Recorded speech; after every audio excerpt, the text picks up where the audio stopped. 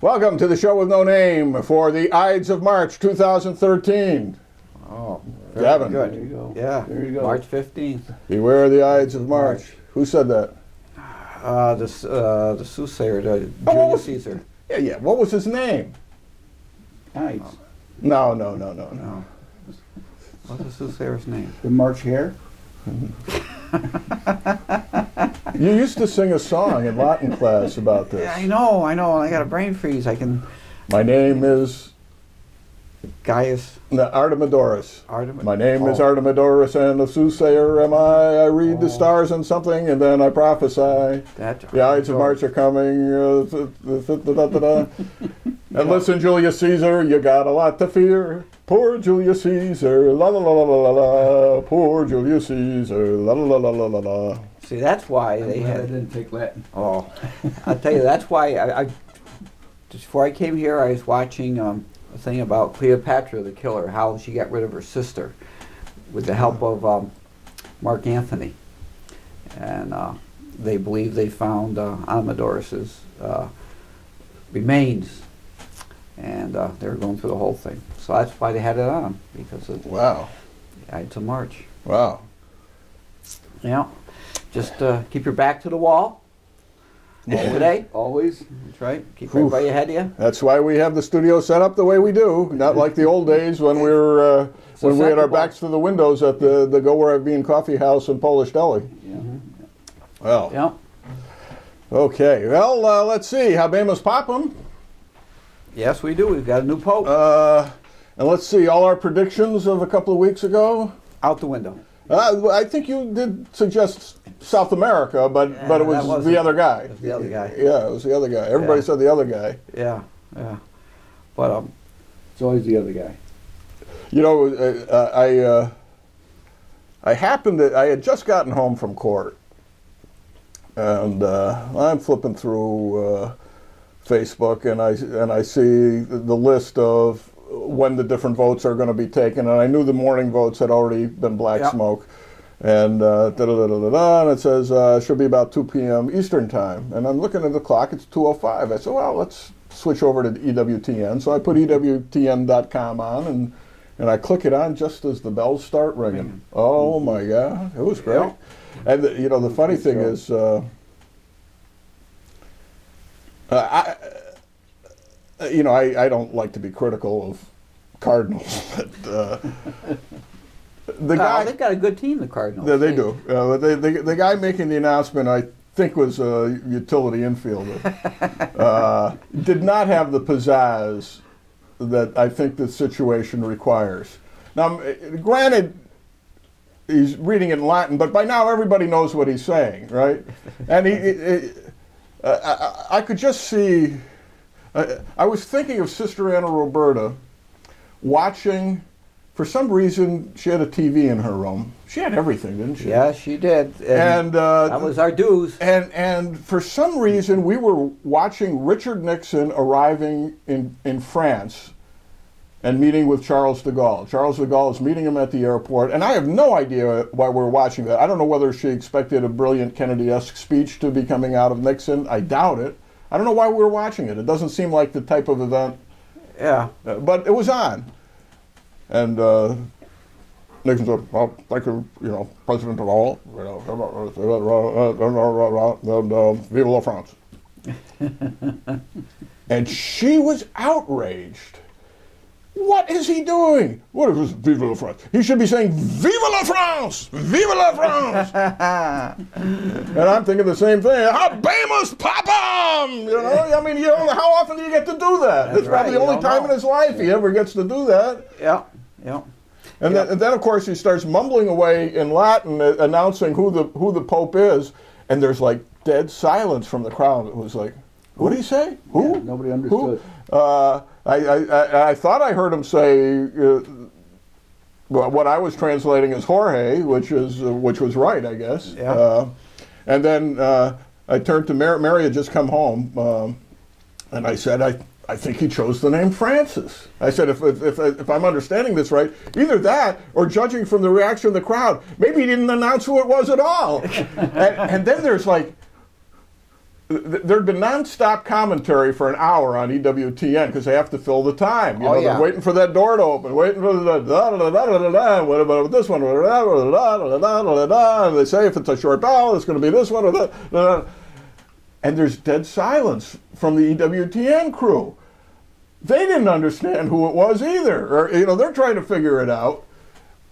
So I switch over to, I think, Fox News. That's why I watched I went, boom, Fox. I switched to Fox, and dead silence there. And it was like 5 minutes before all of a sudden anybody started mentioning who the new pope was. Well, you know, this is not the first time an event has been unfolding where you've gotten the newscasters trying to fill dead air with not knowing what they should say to fill it with. Right. I mean, it's a non-scripted event. Right. And they, you know, repeat themselves. Oh, the curtain moved. It's moving again. Something's going to be happening. Should be another 10 minutes. Yeah, it was. But, you know, the fact that this guy is a Jesuit was what caught my attention because, you know, the Jesuits were the soldiers of God. They're the ones who were some of the first to really go out and apostolize into the world. You know, you had them here in the valley, St. Isaac Jones. You know, and they pledged special fealty to the Pope, so he had to pledge fealty to himself. Yeah. But you know, fact. But the other, of course, the amusing thing about it is that traditionally there's this great rivalry between the Franciscans and the Jesuits. Correct. That you know that. Blah blah blah blah. You know, there was an old joke about who did God prefer, the Jesuits or the Franciscans, and they get a telegram from heaven. I like them both, God, comma, S.J.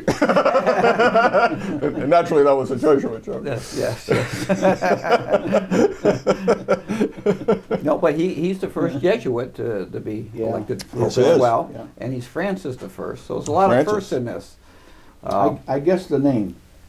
When they said he was a Jesuit, Franciscan Jesuit, I said, Laney's going to pull Francis or Franklin, one or the other. Or Franklin. You get that out of Peanuts, Franklin the first. But it'll be interesting to see. I mean, they've said some very positive things about him. The only thing that's a little disconcerting is the fact of his age. He is already an elder statesman at what, 76? You know, it's funny. Out of the blue, I got a call from Father Anselmant that evening. Really? Yeah, it had nothing to, not related to this whatsoever. And I said, "You realize this new pope is your age?" Because he's been retired for years. He goes, "He's 77." I said, "Oh, well, no, he's 76." "Oh, I'm 77." So. You know, and a lot of the... You believe that? You know, he was 32 when he came to Bishop Scully. He looked older than that when he was here with us. You know, well, we were young, so what we were do young. What did we know? You know, but you know, a lot of the discussion was, well, this time they're going to go for a younger guy to get more longevity, be more. Right. Somebody who can globetrot. Or you're going to get an older one just as a stopgap till the next guy. And, you know, it's like any younger ones there. It's like the generals always fight in the last war. You know, the reporters are all looking at John Paul II. You know, they're well, they want another John. Well, maybe the time for John Paul was the time he was there, not now. You know, maybe the time for Benedict was the time he was there. Anyway, this one obviously this one has personal touches that are absolutely endearing. Yes, definitely. Taking the bus back to the back to the hotel, and then the next morning going to pay his bill. You know, there's pictures of him standing at the hotel desk paying his bill in his white robe. Yeah. And then he sneaks out of the Vatican without telling security and goes over to St. Mary Major. People don't recognize his face yet, so he can probably do that a few times. Yeah. They got to recognize the hat and the robe. well, you know. He's not Father Guido Sarducci. You know, he's not that distinctive yet. Not as distinctive as Father Sarducci, no. No. You know, there's pictures of him riding the subway and riding the bus in an ordinary priest. Catholic, yep. Yeah. And it showed the streets that he walked on where they had, most people have to have security when they walk down the streets. Right. No. But you know, picking the name Francis is wonderful, and it's amazing that never occurred to anybody other than Jim. You know, and you know, then the talk was, well, is it Francis of Assisi or is it Francis Xavier? Well, you know, take your pick. They're both pretty good saints. But he made it clear that he was honoring Saint Francis of Assisi, who reformed the church, and you know, there was a historian a few years ago that the question was, who was the most important man of the last 1,000 years? And he said Francesco d'Assisi, Francis of Assisi, was the most important man of the last 1,000 years. He did amazing things in his lifetime, and his legacy lives on and on and on and on and on. And his follower, you know, the Franciscan orders, and there are many of them, have been remarkably faithful to his message. There was a little controversy back when he started getting rid of the church's stuff in Argentina, when they moved into his apartment. Yeah. Yeah, they didn't like that too much. Some people don't. Yeah. I didn't hear. The people who still keep their limousines. No, these were some of the church. But it's funny. Well, of course, Jesuits. You know, we think of them as, you know, the intellectual order and all that. But Jesuits take vows of poverty, chastity, and obedience, as well as the Franciscans. So they understand the poverty. Yeah, but it's a relative term, poverty. It is, and it means something different to them. It doesn't mean being poor. It means not being ruled by the things of this world. Things.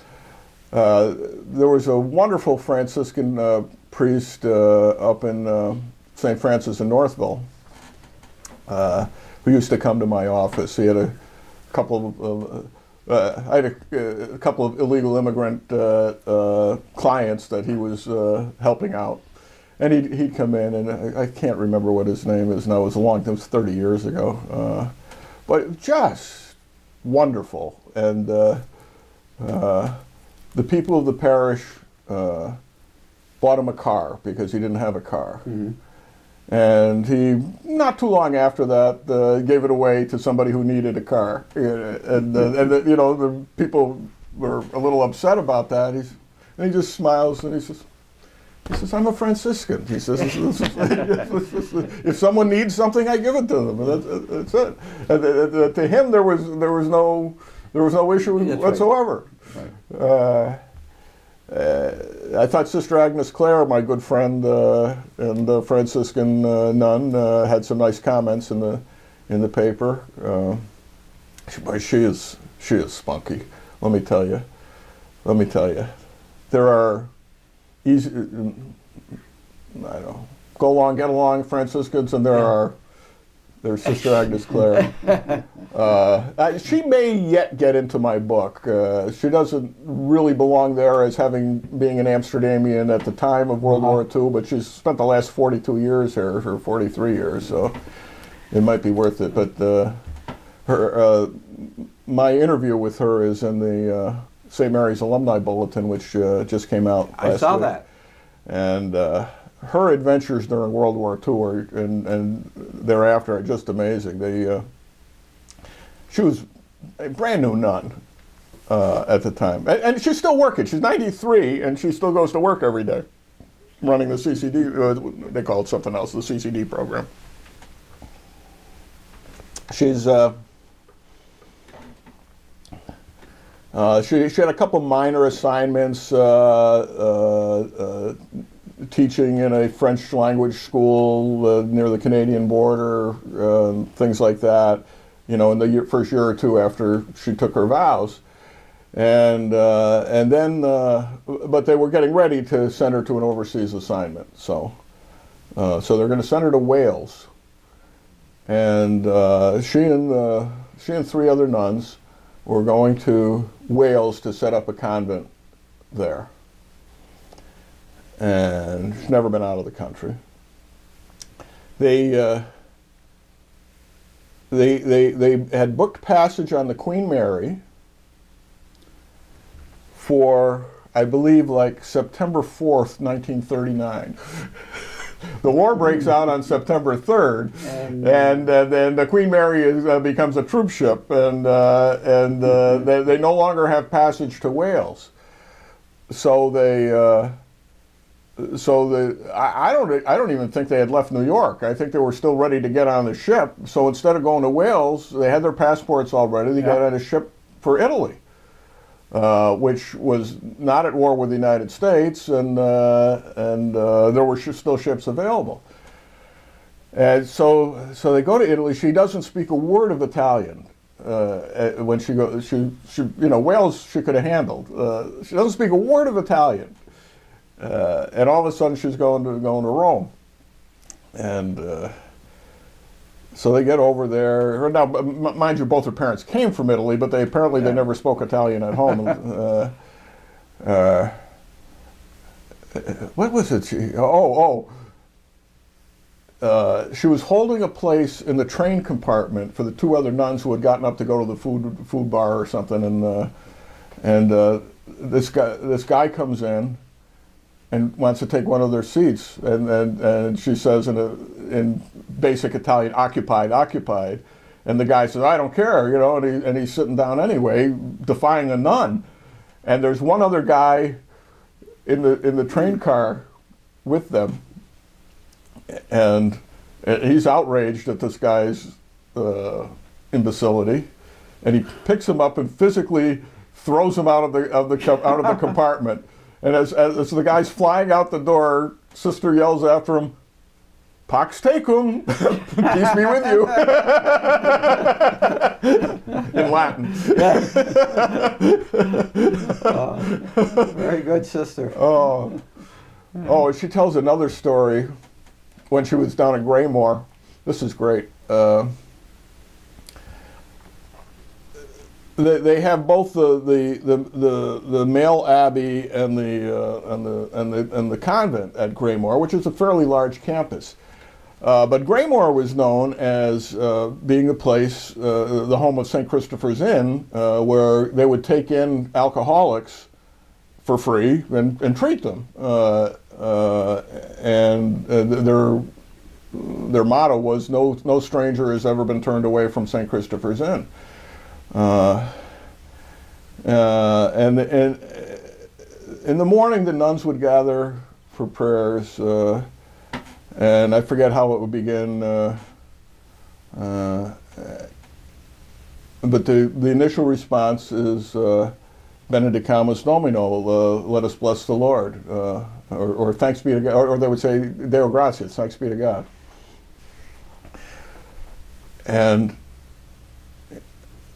And this one morning, one of the drunks wandered into the wrong house. And as most of the sisters are gathered for prayer, and waiting for the one nun to start the thing, and instead of starting out with the Latin, she says, "There's a man in the house." And the nuns all respond, "Deo gratias." Thanks be to God. So they get up to Rome. Their convent is not even built yet. It's under Mussolini. And in those days, because the war had started, all new construction required a bomb shelter for the neighborhood. So they build this bomb shelter for everybody in the neighborhood into the convent as being built, notwithstanding that the convent is sovereign Vatican territory. So which was okay, but they lived under extreme poverty conditions. It wasn't long before they had no running water because the aqueducts got bombed or something like that. And the only water was, one of the rich people mile down the hill had a well on their property which was polluted, and that was it. That's what they had, and they would have to carry pails of water. But mind you, there's only 4 of them, And the next thing you know, they're taking in these orphans and becoming essentially the primary medical caregivers because the civil law had essentially broken down. And these people are these war orphans would be coming in, and they would be like not only children of people who'd been killed in the bombing, but they were children of people that the Nazis had executed when they were.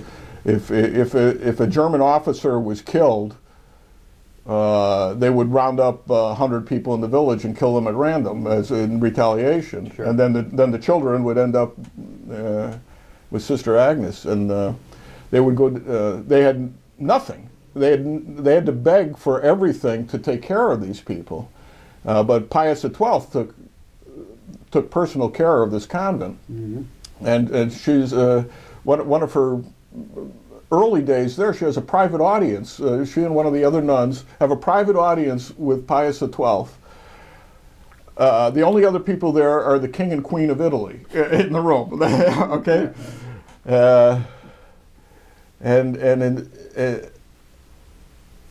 her Italian is not good at this time. But the Pope comes in and she tries to say in Italian, "Long live the Pope," which is "Viva il Papa." Instead, she says, "Viva la Papa," which is "Long live the oatmeal," essentially, or the mush. Yeah. Long live the mush.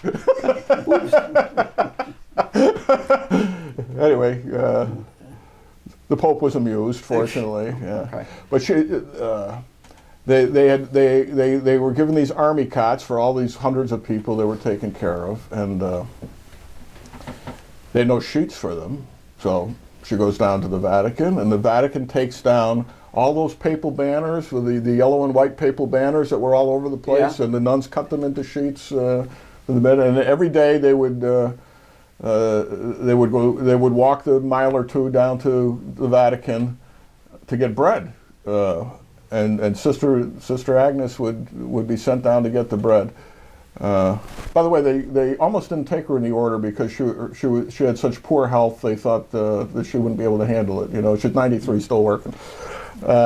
Prove them wrong. Yeah, but she would be carrying the bread back through the streets of Rome to the convent, and these starving people would, sister, let me just have a crust, you know, let me just have a, and by the time she got to the convent, there'd be like no bread left.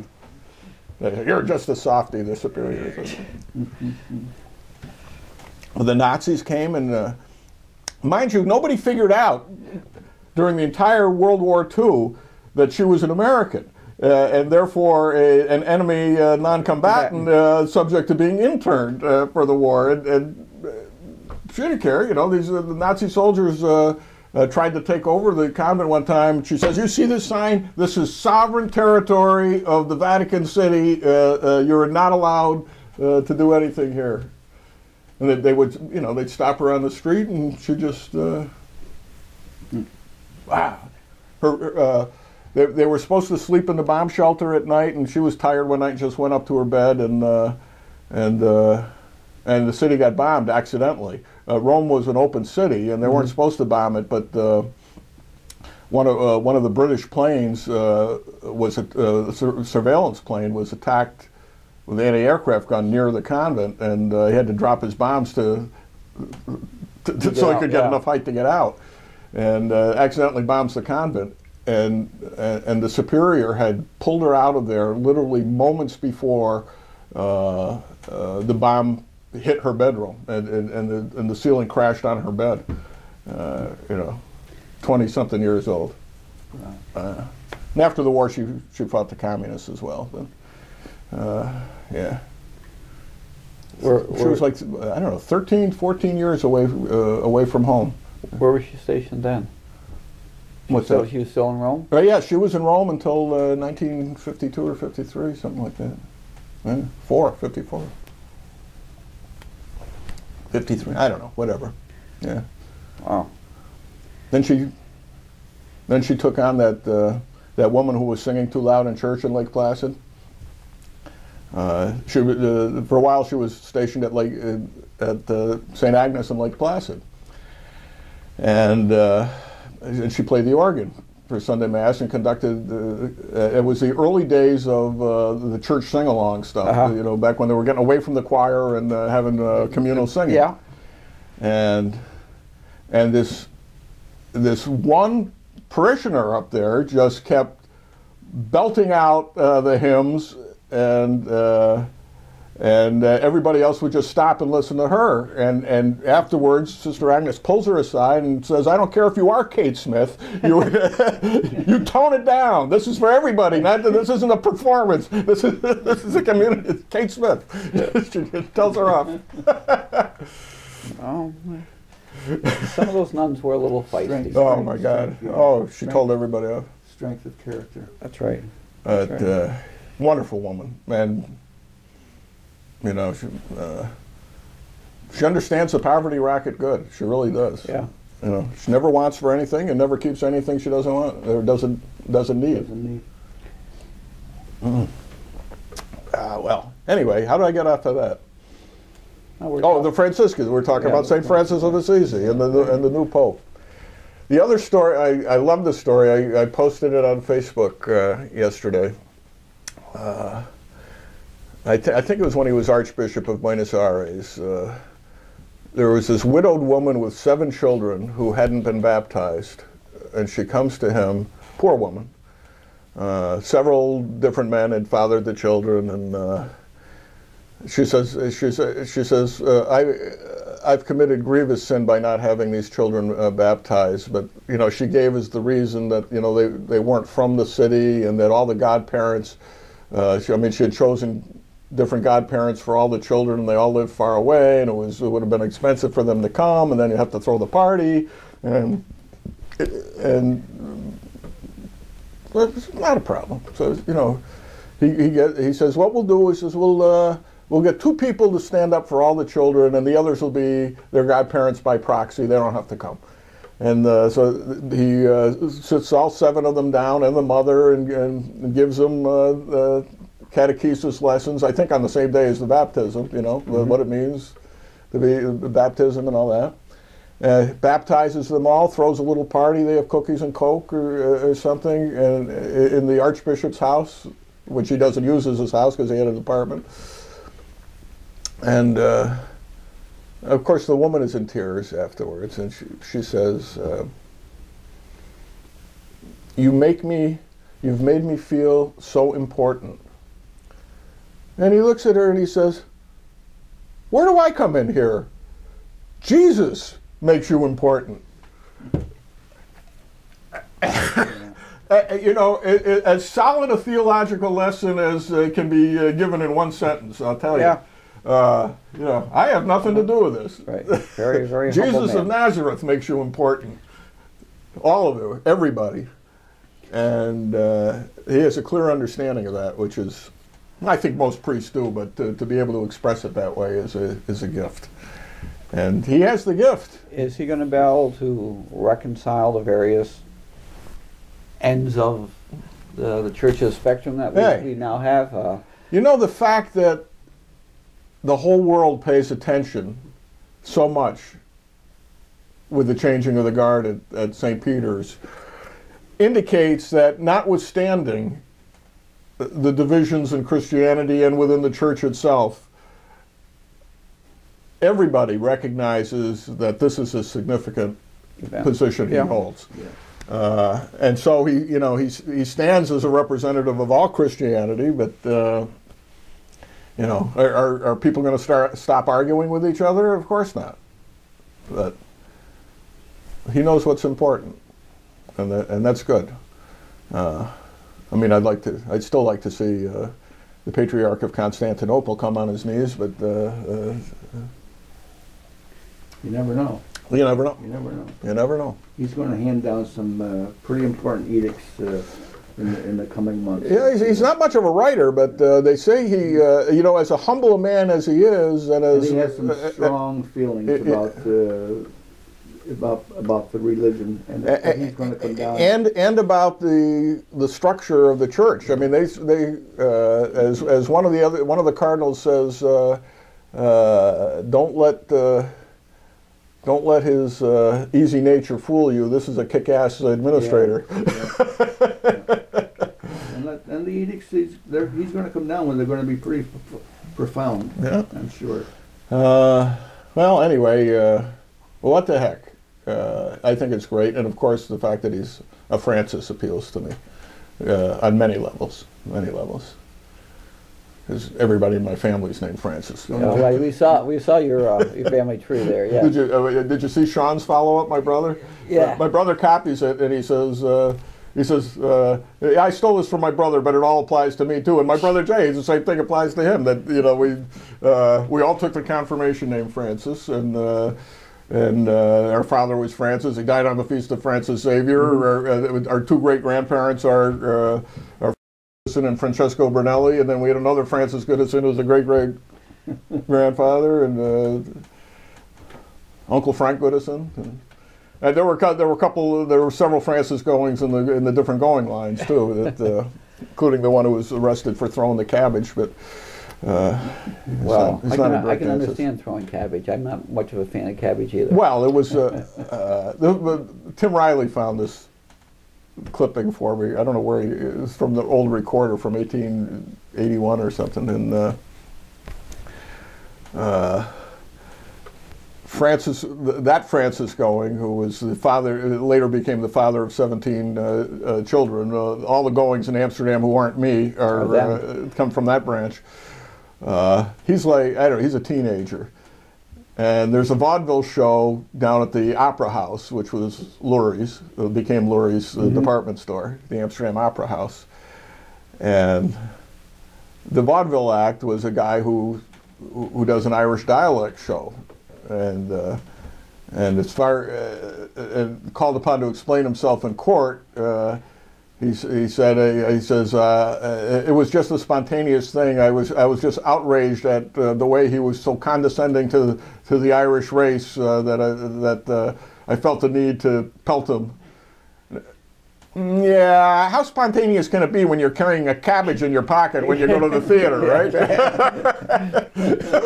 A little planning involved, yeah. A little suspicious. Yeah. So he was fined pretty heftily for the day. I forget what it was, but it was quite a bit of money for the 1880s, and they took passed the hat in the courtroom, and he walked out of there. That was another great Francis in the history of the city of Amsterdam. So, well, let's see. Okay, that's about it for the Pope. I've talked enough. Gavin, there are things going on in the school district. Let's see, what was I just reading? The thing about the buses was in today's paper. Yes, the district is putting out a bus proposition to purchase 2 buses. Historically, the bus propositions have always been voted upon at the time of the school board election and the voting on the budget. Right. And for who knows what reasons, it gets defeated every year. That's why it's going on. And therefore, they're putting it out by itself because, if you're unhappy with part of the other stuff that's involved in that voting, it's just as easy to go no, no, no, no, no. Mm-hmm. And many districts put out the bus proposition separately. For the Greater Amsterdam School District, our cost for a bus amounts to 10%. Whatever the cost of the bus is, the district pays 10% of it. And that's only because that's the maximum that the state will pay towards bus for the purchase of a bus. I gather from the story today that we are so poor that we would otherwise qualify for like 96% or something like that. Yes, exactly. All in this rubrics and formulas the state used, we would actually get more if they were allowed to give us more, but we get 90%. So the cost of the 2 buses, rounded off, is $200,000. It'll cost us 20 years, which we bond over a period of about 5 years. So it's $4,000 a year for the cost of the buses, which amounts to some 0.038% on the individual taxpayer. Now, we did put the proposition up, or they put the proposition up last year, and it was defeated. And we've put in about $20,000 into the 2 buses this year that we were originally going to replace, and we get no reimbursement for the cost of repair of the buses. Yeah. So, you know, the time comes when Which, when you think about it, is also a dumb way for the state to be doing business. Well, it seems to me they would be encouraging you to make the repairs. Well, they don't. It's penny wise, pound foolish. Right. So that's why we're putting the proposition up separately, with the hopes that people can recognize we do have to transport. What percentage do you transport yourself as opposed to contracting out? Every school district is different. Some contract the whole thing out, but because of the number of activities that require busing in the district, we want to have some of our own buses we can use at our leisure. Right. Plus the fact that due to our number of students that we have who are in special ed who need to be transported outside and separately, we need to also have our a small fleet of buses, which is what we have. Some districts contract the whole thing out, and the rate that you get reimbursed for some of those things changes. You don't have the flexibility when you're contracting out as opposed to having your own folks do it. Which is more cost efficient? I think in the long run it's probably a wash. Otherwise, if it wasn't, you'd do all of one or all the other. Right. But the thing that Kim Brumley brought up at the board meeting, and I knew this from being in Wells, the buses don't end up having to be replaced because their engines break down. They got too many miles on them actually. But in our part of the country, you break down through the rot that occurs on the undercarriage of the buses that get to the point that they will no longer pass inspection. And the ironic, well, I don't know if it's ironic now, but the thing is, when we take them to the inspector to have the buses inspected and either pass or not, if they find some reason that it does not pass, that bus is done until you can get replaced. It's not like, all right, well, you can go get replaced, you can no longer use it. And we don't want to be in the spot come June when these buses fail. What are we going to do? Are we going to sink another $12,000, $15,000 in each of these buses, or are we going to be able to have to replace them? So that's the thought behind having a separate budget vote. You're not going in, we hope, people disgruntled about something else they're voting on, whether it's the people who are running for the board or on the budget, and have this as a fallout. Well, let me ask you this. Does it have to go to a vote because you're purchasing buses or because you're bonding them? Because we're bonding them. And when I was in Wells, we didn't do that. We bought it out of our budget. Yeah, which seems to me not an impractical way to do it. It wasn't impractical for us, and we still got our reimbursement. But that also increases the size of your budget. So because you have to pay up front. Well, it does immediately, but and I don't know what the ongoing needs are. But for example, in the city, one of the things that always bothered me about the way we budgeted things is, for example, every year we would buy 3 police cars, right? And we would always bond them. Whereas, and the next year you need another 3 and another 3 and another 3. It's one of these ongoing things that the sensible way to do it is forget the interest on it. I don't care if you're paying 0.01, just include it in your budget up front. Yeah. Because that's not the type of the things you want to capitalize are a public safety building that's going to last 30 years, not a car that you got to replace in 2 or 3 years. Right. Which the heavy duty, maybe a fire truck that's going to be long term. What's the controversy with the superintendent's raise? I didn't read the article. That he was given one. He was given one. Yeah, a 1.5% raise is. A 1.5%. Yeah. That's $1,200 bucks. Ballpark, maybe a little A little bit more. less, a little bit more, a little bit less, yeah. You know, there's been, over the last several years, there have been a lot of people who have been disgruntled about things the superintendent has done and how he's gone about doing them.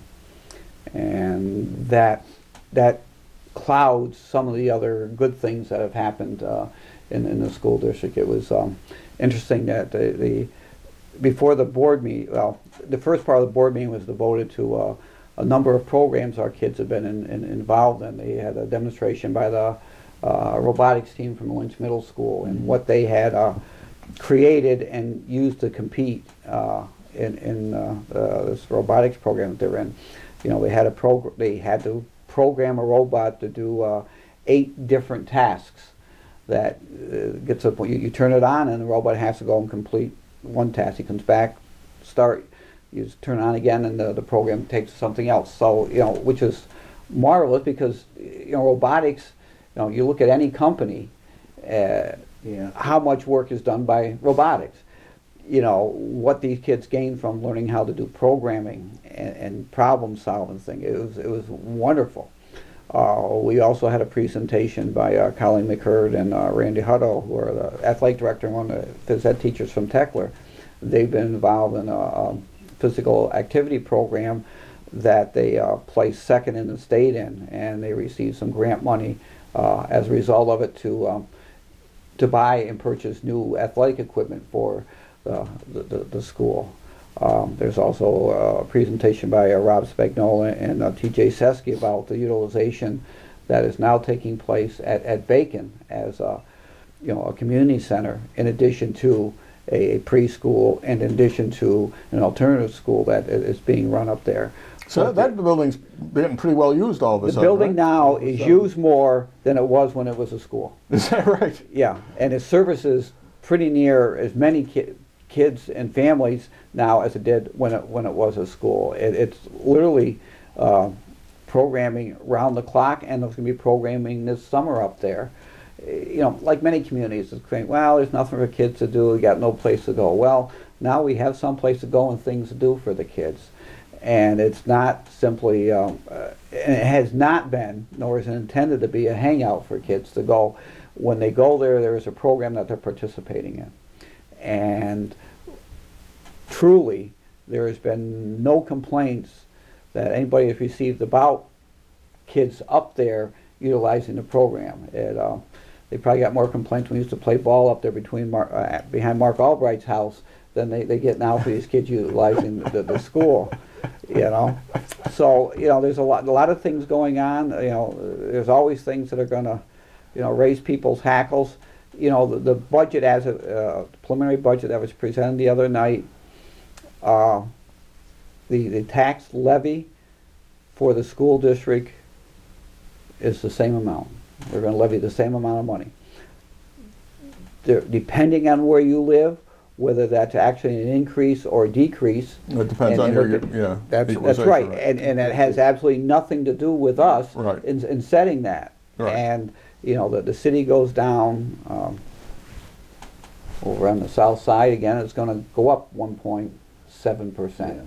But that has, you know, it's which I think makes this again an immoral system the state has created, where everything is not equal.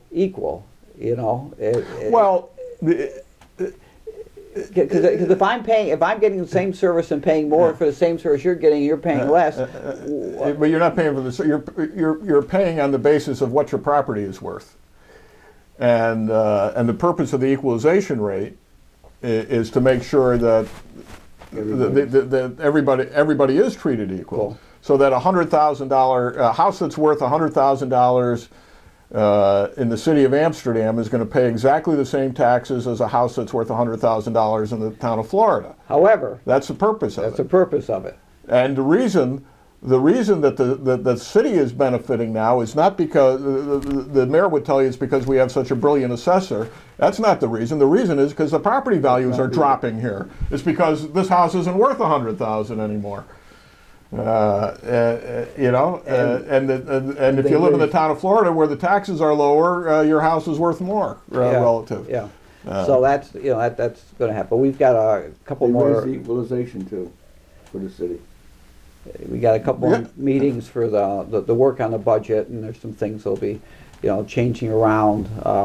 We're also waiting again as part of this immoral system for the governor's budget, the state's budget to be put in place, so we know exactly what we're getting. We're basing our budget and our income from the state upon something that they are saying they're going to do, but it could be more or it could be less. But we're using Kim's best guesstimate, and she's been, I'll say, to her credit, she's been spot on over the last few years. I mean, she's got Are you talking her about Kim? ear, Kim Brumley. Yeah. She's got her ear in Albany, and she knows what's going on. And we're hopeful that we're going to end up with more than what they're actually talking about now, because historically, the last several years, it has been. When do you have to adopt your budget? We have to have it adopted we have to. We have to have one in place In May, right? yes, in May, so- and then we vote on it in in April. The school board to put it out for the vote, which is in May. So this year, it appears that the state budget is going to be in on time. So you'll have some real figures to work That's right. When April Which is 1st comes, nice. we'll have some real figures to use during our two April meetings we're going to have to finish the budget. So by May 1st, we have one that's going to be taken to the voters and voted on in May. Good. But it looks good. Kim has been very careful in the utilization of our monies. She hasn't overspent. She's been very cautious. She's basing her estimates on a very cautious approach. We should have some leftovers from this year that we'll be able to apply, which will help reduce the budget. So I think this year and for next year we're going to do quite well. I think we're going to have we've had some great programs this year. We've had some marked improvements in some of our buildings on the state assessments. They've worked very closely with the teachers union, creating the new evaluation system that's going to be in place to hold teachers and building administrators accountable for what takes place in there for the success or lack of success for our students. And we'll see. But I think they've done a real nice job. We finished all our major construction now.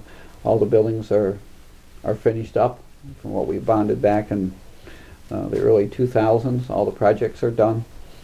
We've gotten a lot of positive feedback from parents about things that are taking place in the buildings, program-wise and personnel-wise. And we've added 1, 2, 3. We've had 4 administrative changes in the buildings this year. Wow. So I mean, a lot has taken place, and a lot of good things are taking place. We always get criticized because this or that doesn't go well, but when you see the number of kids involved in some of these programs and listen to what we hear, other places, do we have as much as we like? Absolutely not.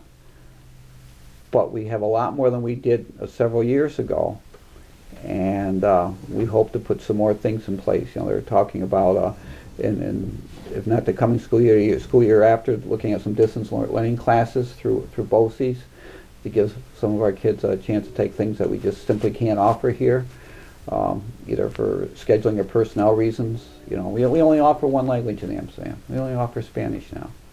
We'd like to be able, through distance learning, offer some other things that could benefit the kids. Tempora o mores. Latin, I don't know if we'll get Latin back, but we used to have French, we used to have Latin, used to have German, used to have Russian here at one point in time. I mean, we border a French-speaking country, for heaven's sakes. Yeah, we do. Well, the French don't think it's really French. It's some sort of colonial version of France, but something that there's some science courses that would be pretty good for our kids to have a chance to take, because you've had kids go through college. When you send your college application in, honest, there's not a whole lot of difference between this kid and that kid.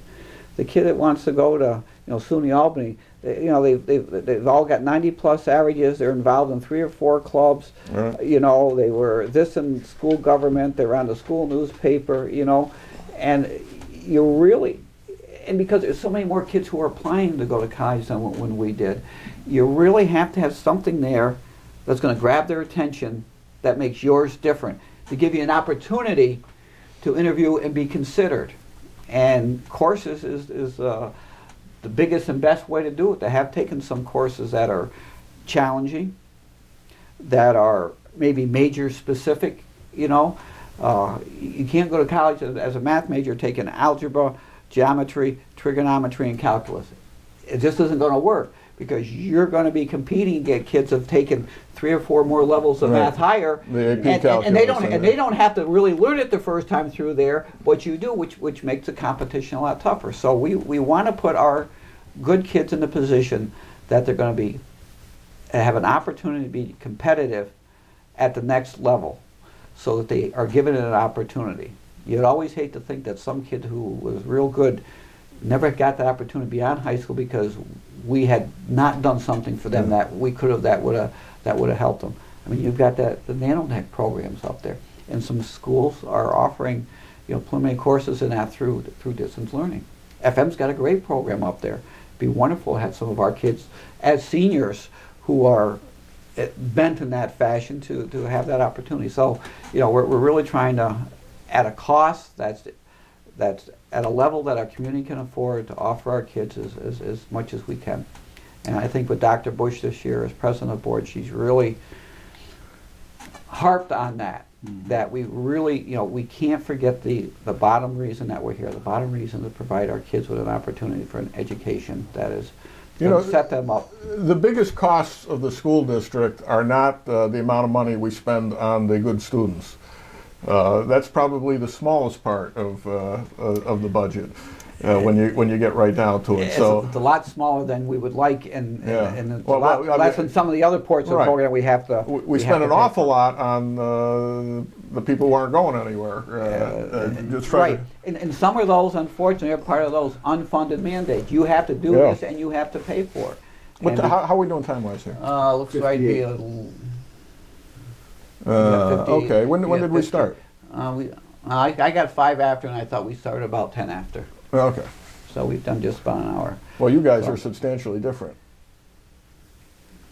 That was in my pocket, and that was in his pocket. That's it. Yeah, but his is glued to the nearest cell. All right. Well, okay. Why don't we wrap it up for this hour? We got a lot of things to talk about in the second hour, and this is okay. This is. We've covered enough of the education system to get us through this week, and we'll have more again next week when more things happen. So anyway, did I even say who we were? No, you're not going to do it. Anyway, they may not know. Well, they will, because I'll put your names up when I edit this. Because you get every week we're getting more and more listeners from Prague. We are, and we got to check that. Huh? Oh, pretty good. All right, Gavin Murdoch, Jim Nikosha, I'm Bob Going. And stay tuned, because we got a lot coming up in the second hour. So don't think that this is just the end of the show. This is only the middle of the show. And this is the show with no name.